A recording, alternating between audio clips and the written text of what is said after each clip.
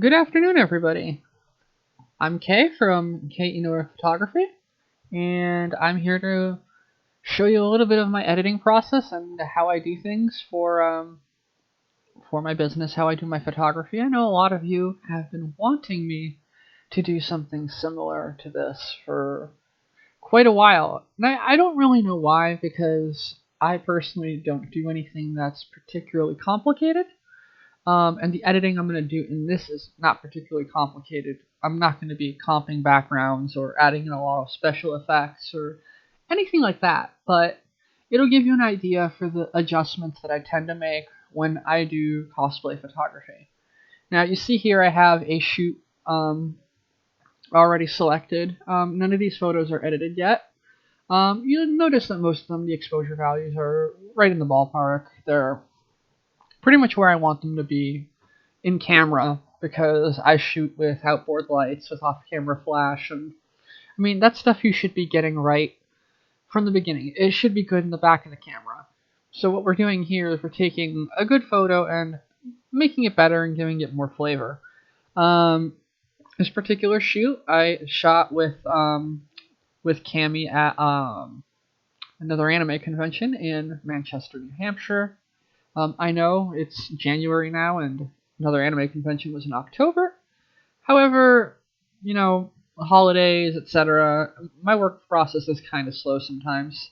I've already selected the photos that I wanted from the shoot.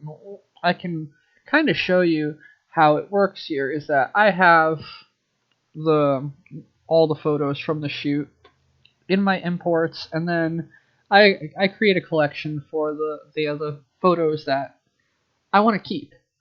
And I'm moving to a thing where I will show people the photos that are the keepers, and they will select from those what photos that they paid for, which is kind of typical. It's better than me just editing a bunch of the photos that I like the most and then saying, "Here you go." It also saves me some work.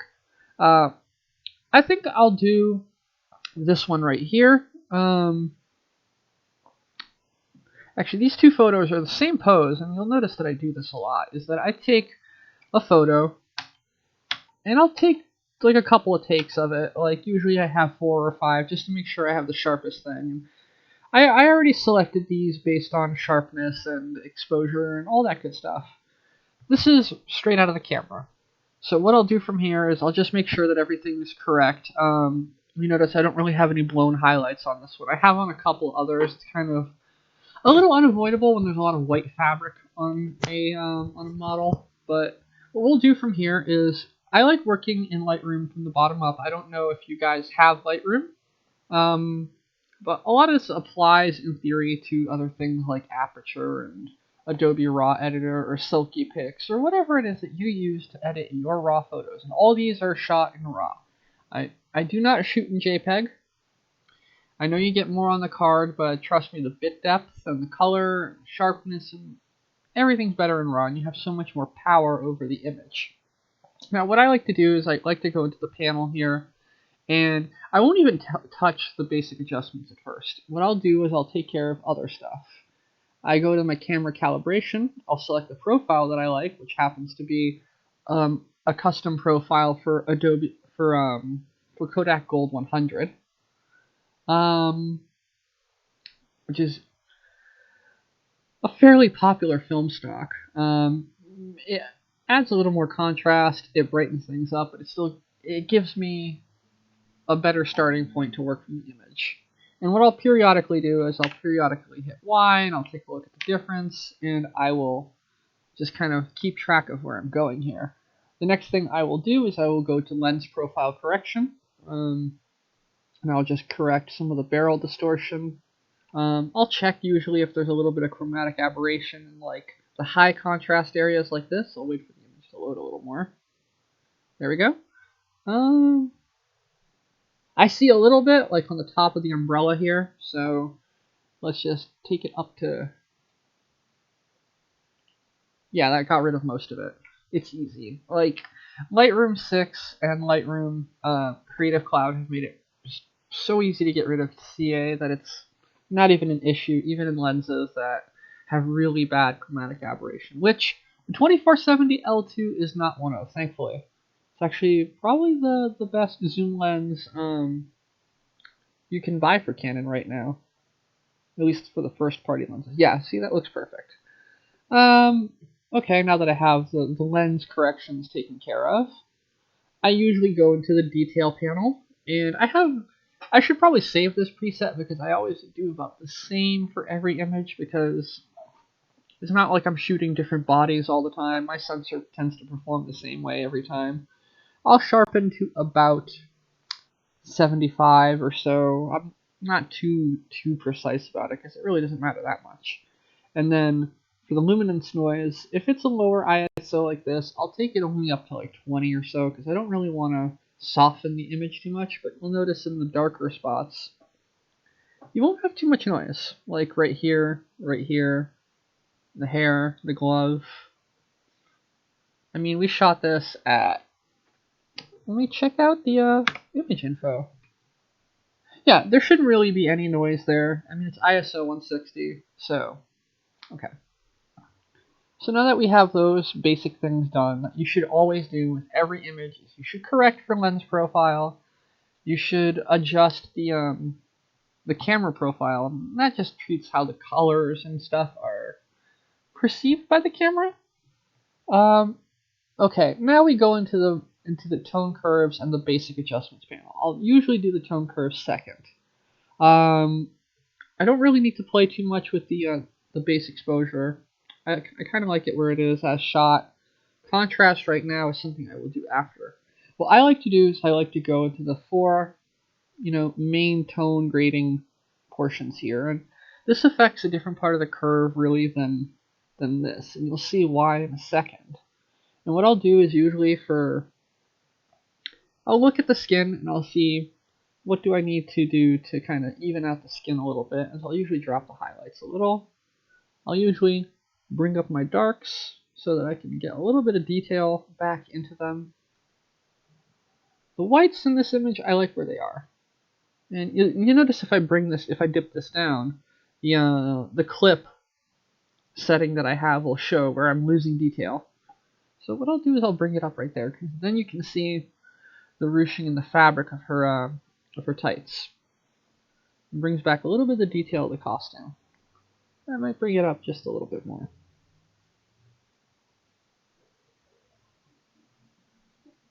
And, I mean, that looks good. That looks good to me. From here, I usually like to go into tones. I won't touch the color until afterwards.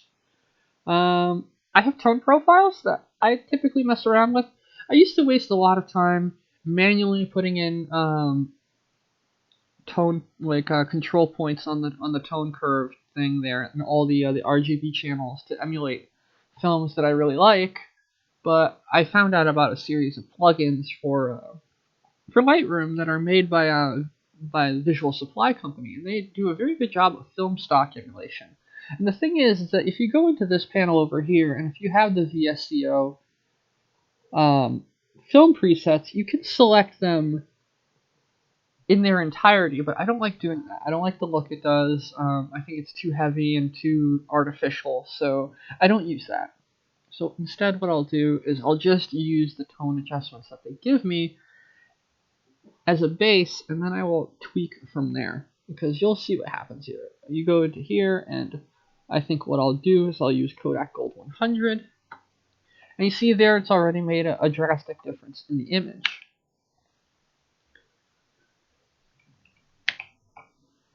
But now I have things that are too contrasty. I have a couple of hot spots on her face and the wig. But, I mean, white balance is still good. You get that autumn glow back. What I'll do here is I will kind of play with the highlights. I'll dip them down a little more. You see their face starting to get smoother. And one thing I don't really like doing too much is I don't like going in with the brushes and then, dumping the clarity on people's skin. I think you can just get nice skin on people by just really playing with your tone curves. And then I'll bring the lights up just a little bit. It was too much at first. +1. Yeah, not even a little bit. Just microscopic amount. The darks, now I'll look at the dark portions of the image for this.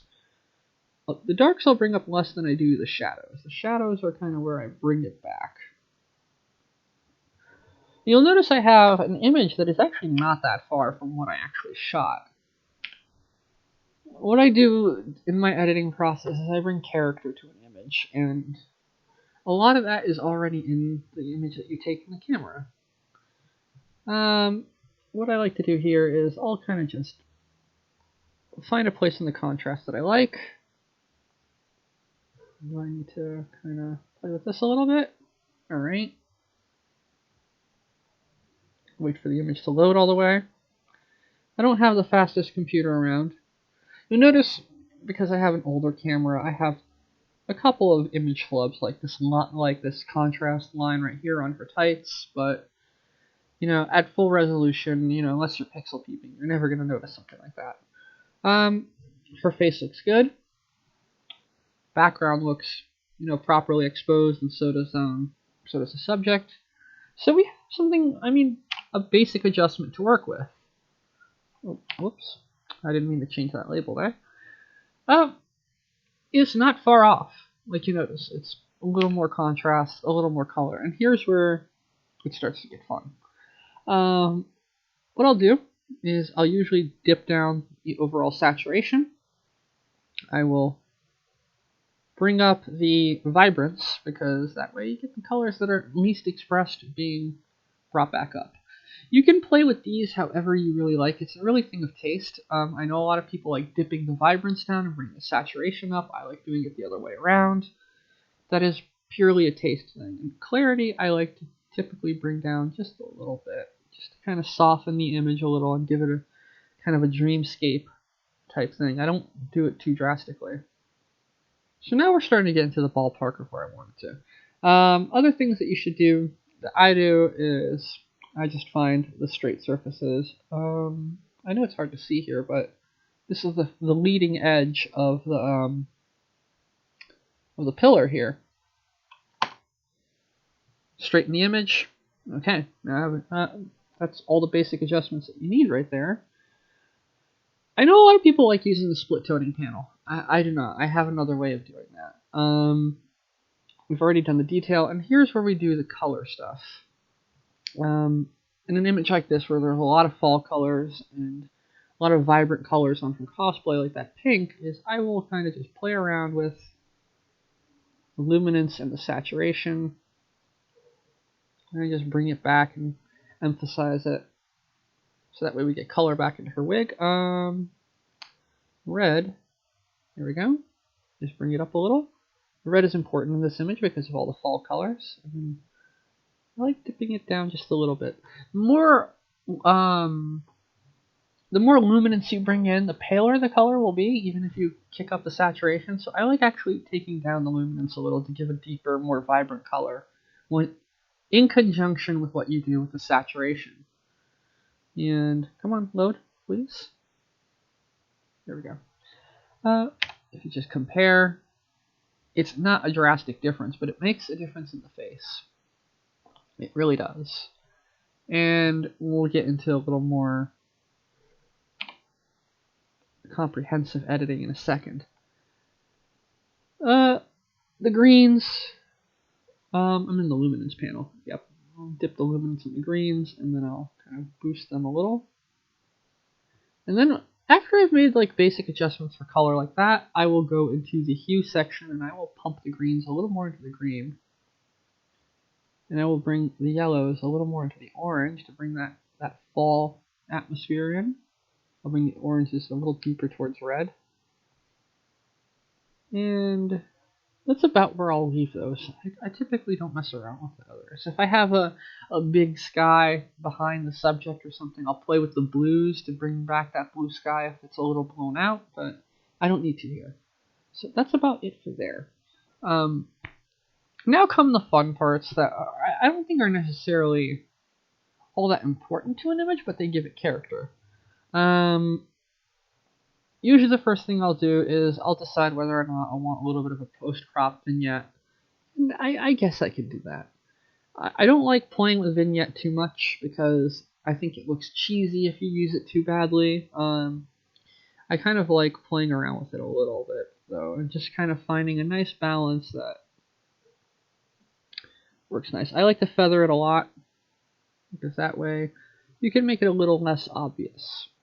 There we go. And it kind of just draws the eye to the middle of the subject.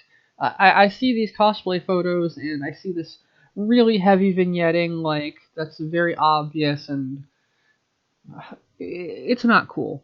It's distracting. If you can keep that down to a minimum, in fact, I'm going to back this off slightly, it's better. And we can keep progress on our image. And the nice thing about Lightroom is that if you go into the art history here, you can undo any of this. You can go back to the start of the image. That's the thing that I like about this process. So next, what do I do? The thing I tend to do next is I will decide if I want to play with it in Photoshop a little bit. Let me just check her face to see if there's anything I need to fix. Come on. I only have 8 gigs of memory on this, so bear with me. Okay. And then you see it's set flagged. I will unflag this image because I'm about to make copies of it. And when I go to export the image, I don't want the image that isn't the final image flagged. So I will unflag it. And I'm going to edit this in Photoshop first. So let's open Photoshop. The nice thing about having all these programs together is they communicate with each other. They work with each other in a nice way. You can open an image in Photoshop directly from Lightroom from a context menu, and it'll load it into Photoshop, and then you can save it, and it'll export it back to Lightroom as a TIFF file, which is very nice. You don't even need to save a Photoshop file if you don't want to, which is great. It really smooths out the editing process. It works for my workflow. Okay, so now we have the same image in Photoshop. What I want to do here is I just want to add a little bit of effects. Actually, you know what? I made a flub here. I forgot something. So, you know what? Let's exit Photoshop for a second. No, I don't want to save. We're still on the raw? Yeah, we are. Okay, what I want to do here is, I forgot about this. Sometimes I'll do it, sometimes I won't. A lot of times I will. I like doing localized adjustments, and right now I think the background is a little too noisy. And that typically happens when you're shooting outdoors at a convention. You don't have a lot of control over your background. So what I'll do is I'll darken it, and I'll make some adjustments to it. Bring down the highlights, bring the shadows. Highlights can go up. Clarity, and the saturation will go down a little bit. I hold down Shift for my gradient.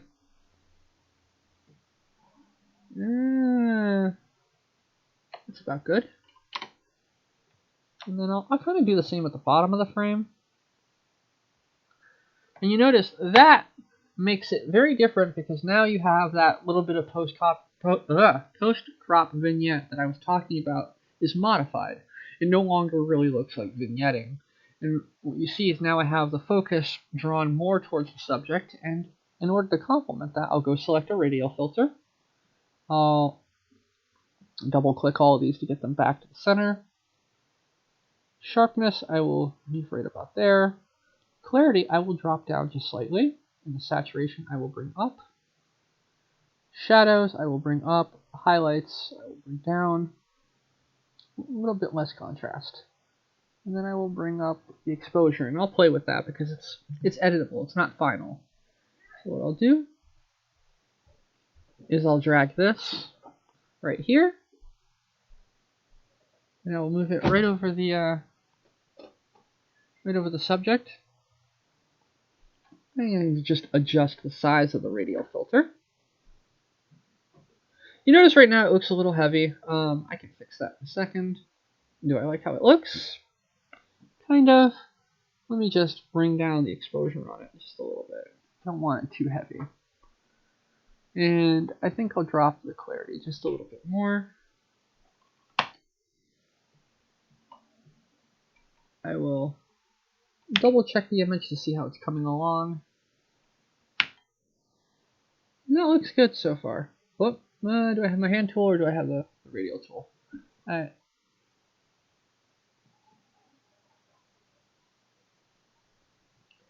The one thing I like making sure is that I haven't lost too much sharpness, and that's why I bring the sharpness up when I'm taking the clarity down.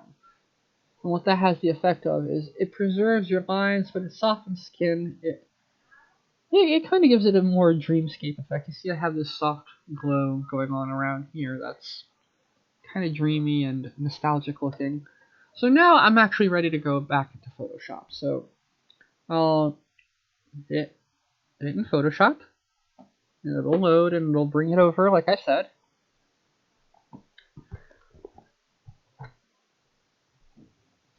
And I'm sorry if this is very Adobe intensive. It's what I work with. This is what I'm used to working with is Lightroom and Photoshop. I don't actually do a lot of Photoshop work. And the funny thing is people are like, "Oh, you're so good at Photoshop." I'm like, no, not really. I usually mostly use Photoshop for effects. It's not what I'm really about. And I won't even really do that much. If it's a special effect, like a character ability or something like that, I will do that. But generally what I'll do is I'll take the base image and I'll create a new layer. Come on, why am I lagging? Oh, it's because I'm like, nope. New layer, cancel. This is not what I wanted. The computer's lagging just a little bit because of it has Lightroom, it has Photoshop open, it also has OBS Streamer open. New layer. Okay, layer 1. And really what I want to do here is I just want to create a little bit of atmosphere. So I will go into my color palette, my color picker, and I will kind of just find a warm color to kind of bring it all together. I think that looks good. I will take my gradient filter. And what do I have it set to? I like using a burst, because that to me is what looks most natural. And you see the sunlight is coming from this direction. I know I have a light right here to fill light her face.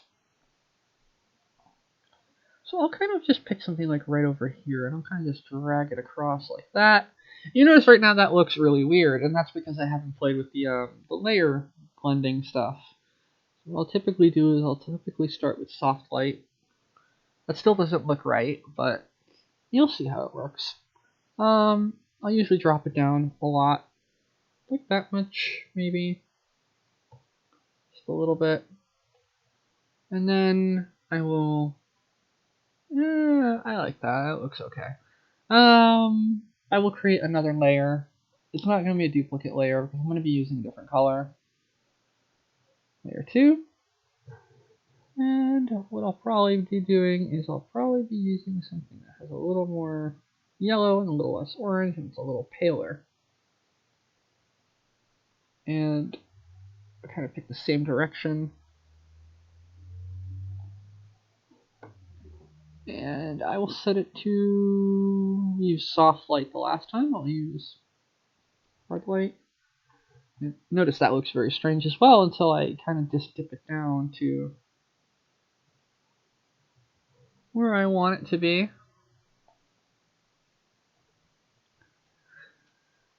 Do I like that? Yeah, let me just play with the opacity settings a little bit more.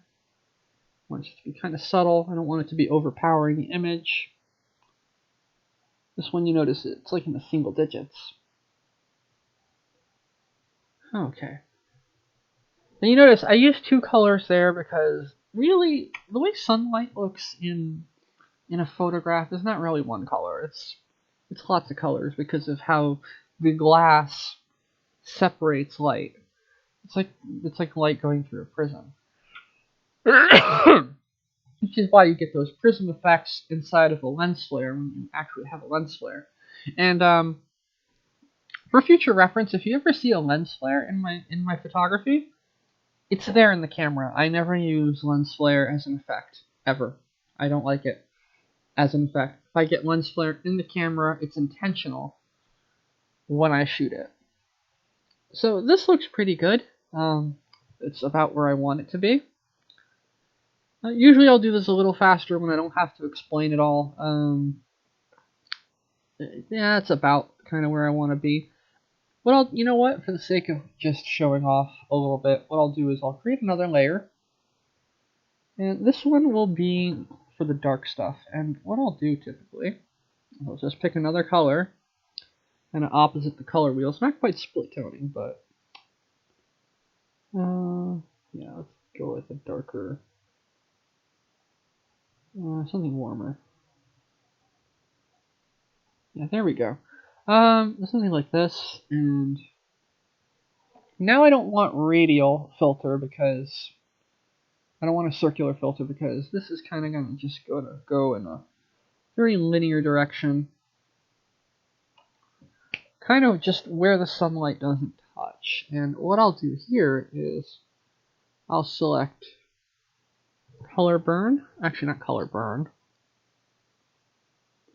I'll just play around with what I like until I find it. Sometimes what I'll do is I'll take two different blend modes and I will combine them.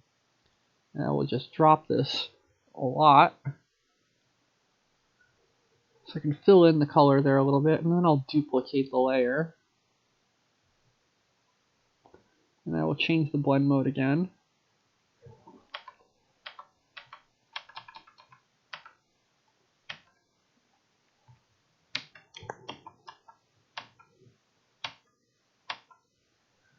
I kind of just find what I like. Some of these you'll notice don't really have much application for what I'm doing here, but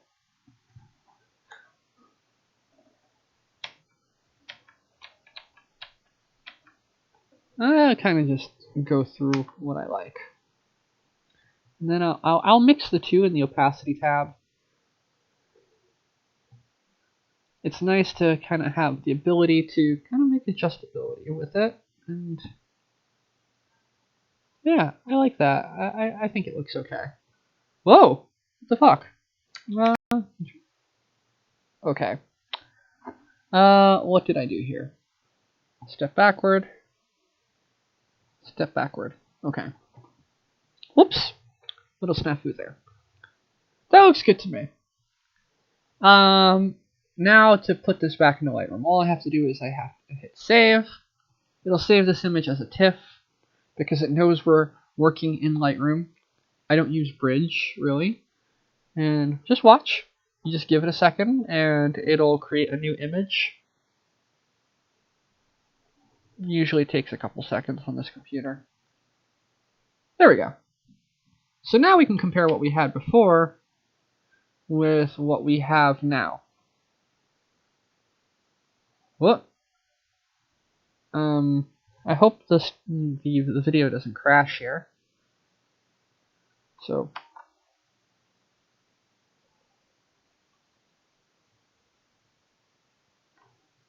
the image before, and then we'll look at the image after. What?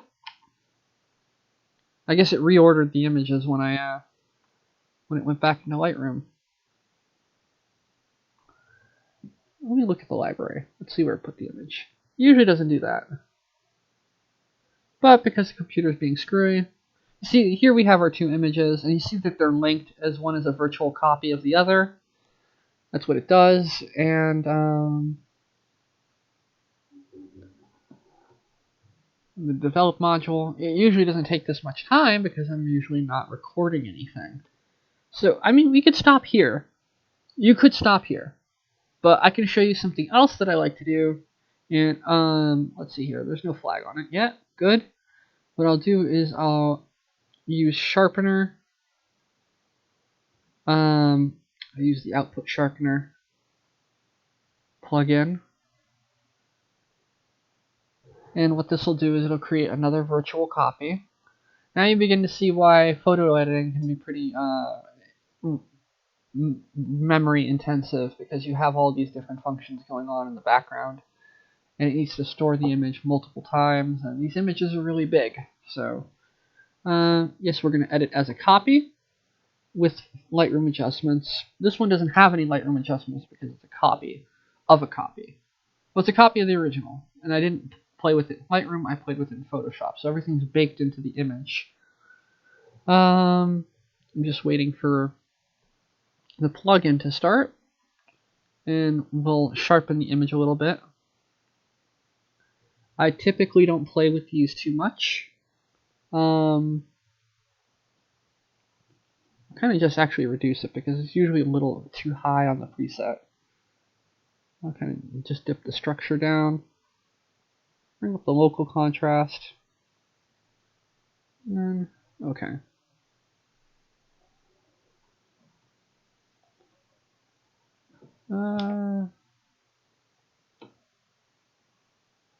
Yeah, that looks good to me.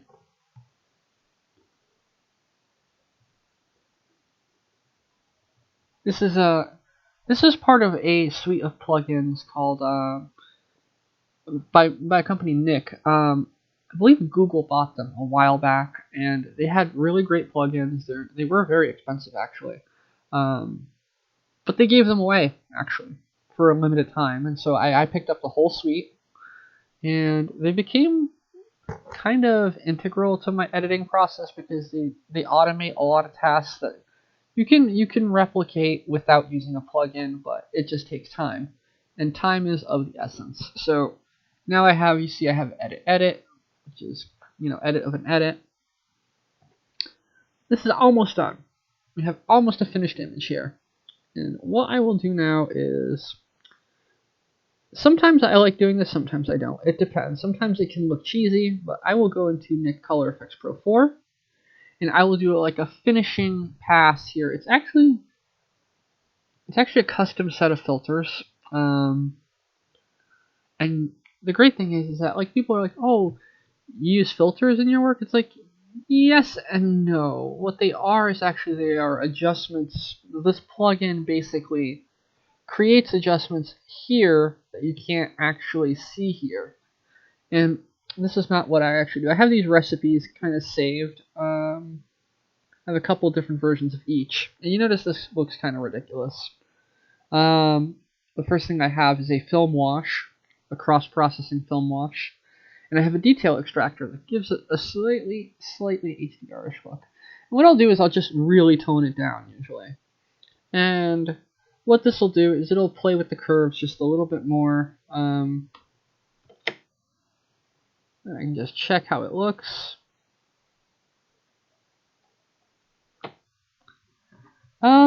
Yeah, okay. Do I want the saturation there? No, I want the saturation down just a little bit. I'll play with the contrast a little more. That looks okay. I'll close that tab.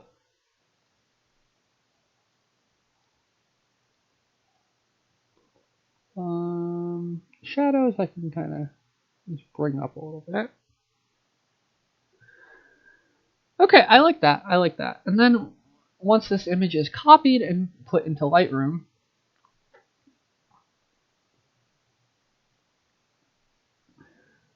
you give it a second.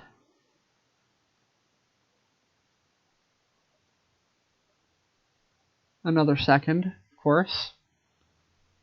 Like I said, it usually doesn't take this long for it to process it. This is actually a pretty fast computer, but it's doing so much at once right now. Okay, now we have close to a final image. The one thing I don't like about doing what I just did for most images is it makes it look a little over sharpened. So what I'll do is I'll actually take down the clarity a little bit, the global clarity, which you notice I haven't really played that much with. And it has a nice effect on it. And the thing is, you got to remember, I edit at 2K. Most of you will not be looking at images this close, at 100%.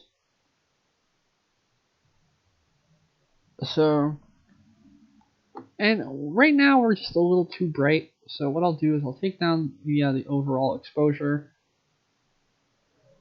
get it kind of back where I want it to be,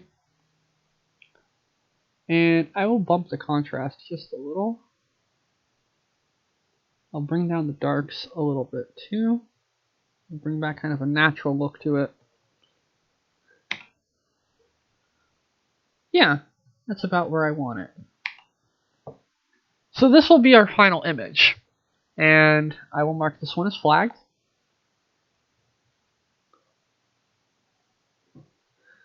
And you notice we have a fairly different image from what we started with. You notice there's a lot more texture in the image for the background. And this is just after that particular set of adjustments that I did in the color effects, which, it took me a lot of playing around with those settings before I got to a range where I know it'll work. So it's not just a one-click solution. You have to really play with them. And if you kind of just leave them at the defaults, it'll make your image look really gross, just like any of the preset tools in any of these programs. We go back to the first image. We can take a look at where we started. Our raw image, which is great by itself. This would be a fine image for a lot of photographers, and the rest is all stylizing. And if we hit Y again, we can look at how we started with the base image out of the camera on the left, and then how we progressed to the image that we have now. It's almost a completely different image. I like doing this for cosplay photography. I don't typically do it for regular portraits. I think cosplay photography sits in a different realm of portraiture where you're allowed to make it a little more stylized because of the media and what you're shooting. But I like this image. I'll export it. I'll put it up onto the page, and I'll finish the others. And what you'll notice that I will do for the other images is what I'll do is I'll go to the first image that is just the raw file. I will copy those base adjustments, and then I will paste them to the other images.